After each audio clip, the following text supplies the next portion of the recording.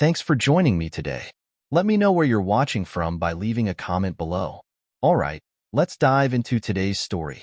They say trust is the cornerstone of marriage. For 8 years, I believed that. I trusted Emily with everything. My life, my kids, my heart. But now, here I am, staring at the pieces of a life I thought I knew. It didn't start with shouting matches or big betrayals. It all began with one strange conversation that spiraled into something I never saw coming. One night, Emily and I were lying in bed.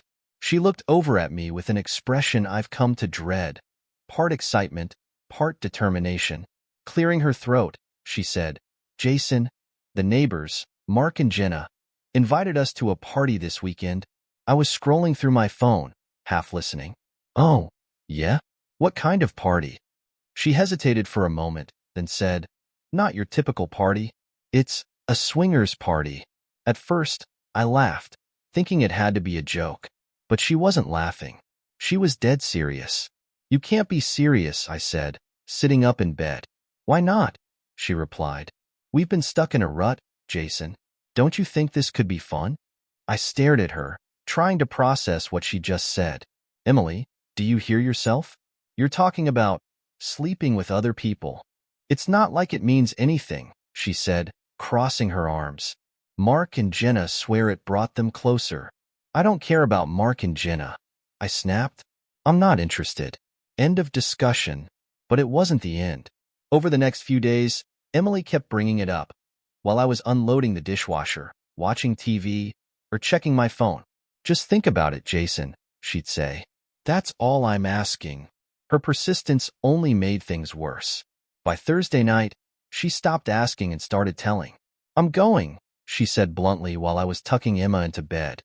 I followed her to the living room, closing the door behind me. "You're going? Seriously?" "Yes," she replied, crossing her arms. "And why don't you come too? It'll be fun." "What about Emma and Ben?" I asked, my voice shaking. "We'll get a babysitter," she said, brushing me off. I could feel my frustration boiling over. "This is a big deal to me, Emily. Do you really think this insanity is good for us?" "Yes, I do," she snapped back. "You're so uptight, Jason. It's just one night. If you weren't so closed-minded, you'd see it could even help us." "Help us?" I said, my voice rising. "By letting me watch you with another man?" "Don't be so dramatic," she said, rolling her eyes. I stared at her, my heart pounding. Everything she said felt like a hammer blow. Finally, I said what had been on my mind all week.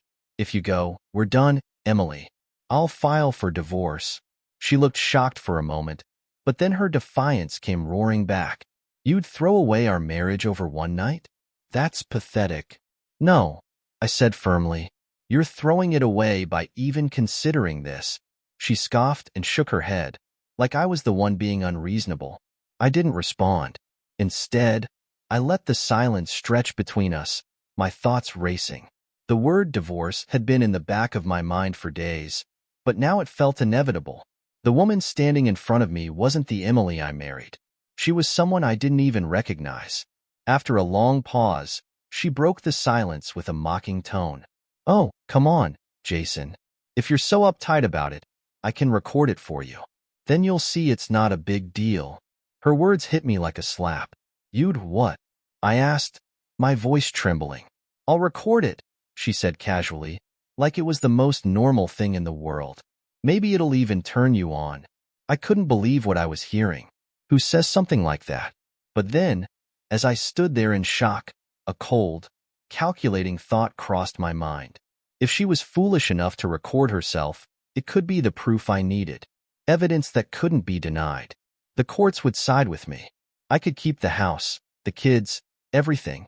I took a deep breath and forced myself to stay calm. She didn't need to know what I was thinking. Not yet. "Oh, fine," I said, keeping my tone neutral. "If that's what you want to do, go ahead." She narrowed her eyes at me, suspicious. "Just like that? The yelling, the threats of divorce. What happened to all of that?" I shrugged, acting like it didn't bother me. "If it's such a big deal for you, go ahead. Do whatever you want. Go record it, if that makes you feel better. I won't stop you." She stared at me for a moment, her expression unreadable. Then she nodded slowly, like she had made up her mind. Fine. I'll go. Don't worry about me, Jason. I'll have fun without you. I didn't say anything as she walked out of the room. A strange calmness settled over me. Later that night, lying in bed, her words echoed in my mind. Record the whole thing. I still couldn't believe it. Not only did she want to sleep with another man, but she had the nerve to suggest recording it, like it was some harmless favor. The audacity of it all left me reeling. If Emily was so willing to throw everything away for a night of fun, I'd make sure she understood the full consequences of her actions. The night of the party, Emily practically glowed as she got ready. She put on a black dress that hugged her figure and pulled out heels she hadn't worn in years. She didn't look at me as she grabbed her purse. "I'll be back late," she said, heading for the door. I couldn't help it. "Don't forget your camera," I muttered, unable to stop the jab. She shot me a glare but didn't respond, and then she was gone. Once the door shut behind her, I sprang into action. I called my mom, explaining the situation vaguely and asking if she could watch Emma and Ben for the weekend. Thankfully, she didn't ask too many questions. I packed the kids' bags and dropped them off at her house within the hour. Back at home, I poured myself a stiff drink and sat in silence. I tried to imagine what Emily was doing, but the anger and betrayal in my gut made it hard to focus.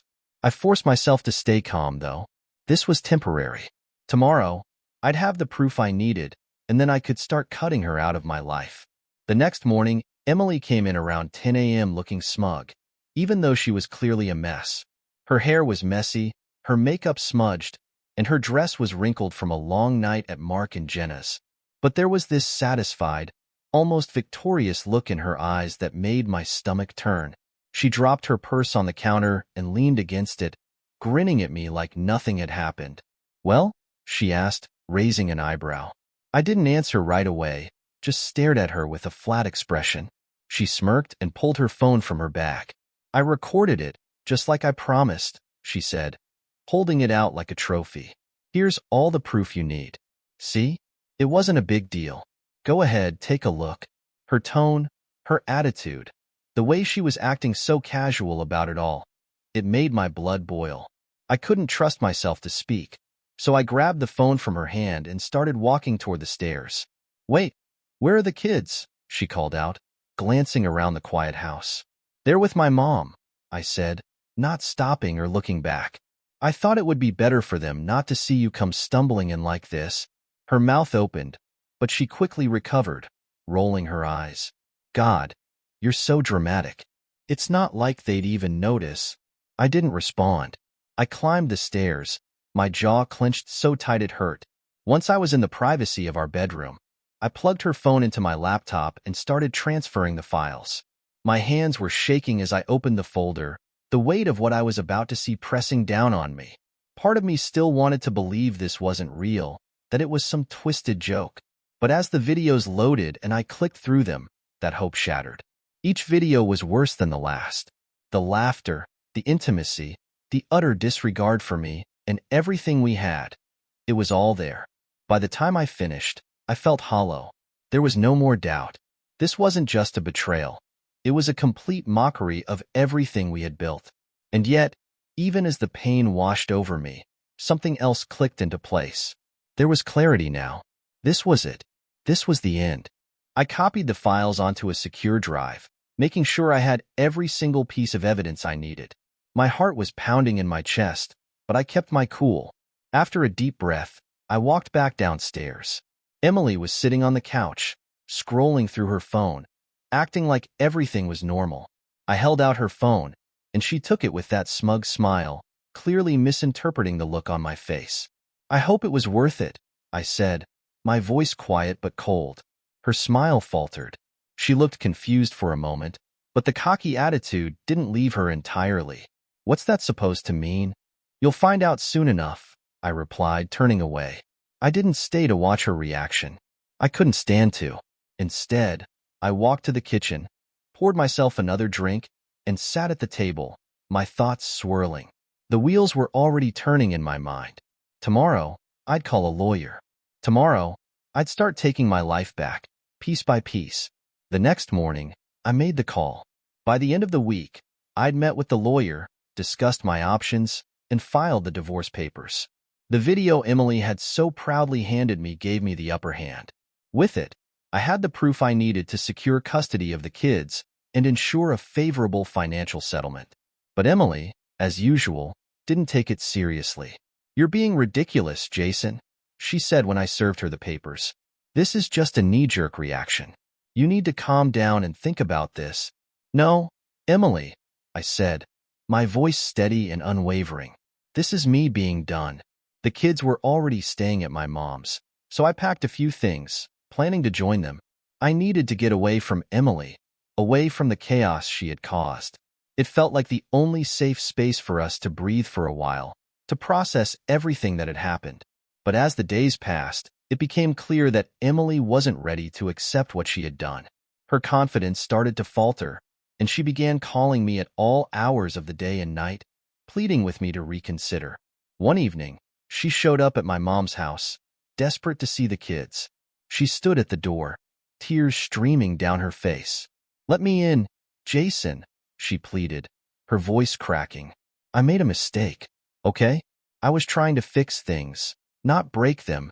You broke them the moment you walked out that door," I said, blocking her path. "Now leave. This is over." The divorce process was just as brutal as I'd expected. But the videos, they changed everything. Emily's lawyer tried to argue that the swinger party had been consensual, that it was something we'd agreed on together, but my lawyer quickly shut that down. In the end, the judge ruled in my favor. I got full custody of Emma and Ben, and Emily walked away with a fraction of what she'd been hoping for. The house, the assets, everything she thought she was entitled to, was stripped away. After the divorce, I moved into a small apartment, starting fresh. I didn't need much, just a space to call my own, a place where I could rebuild. Emily, on the other hand, stayed in the house we had shared. But it wasn't the same. The place that had once felt like home was now hollow, drained of all its warmth. And Emily had lost more than just the house. She had lost the family, the life we had built together. Months later, I ran into Mark, the neighbor who had hosted the party. We crossed paths at a local store, and he seemed uncomfortable, avoiding my gaze as we made small talk. "Listen," he said, after a long, tense silence, shifting on his feet. "I didn't know Emily would, go that far." I raised an eyebrow, confused. "What are you talking about?" He hesitated, then sighed, looking down. "She didn't just sleep with one guy. She slept with 3. I froze. My stomach turned. 3. I repeated, my voice barely a whisper. He nodded. "I thought you should know." "I'm sorry, man." I stood there for a moment, taking it in. The information hit me like a ton of bricks. I thought I knew the full extent of her betrayal, but this was something else entirely. I didn't say another word. I just walked away, my mind racing. I couldn't believe it. 3 men. How had I not seen it? Looking back, though, I'm grateful for one thing. I found out who Emily really was before wasting any more years on her. It wasn't easy, but I rebuilt my life for me and for my kids. We're stronger now. As for Emily, the last I heard, she was still living in our old neighborhood. But her reputation? It was in tatters. It turns out that sleeping with half the party doesn't exactly make you popular. Thank you for watching.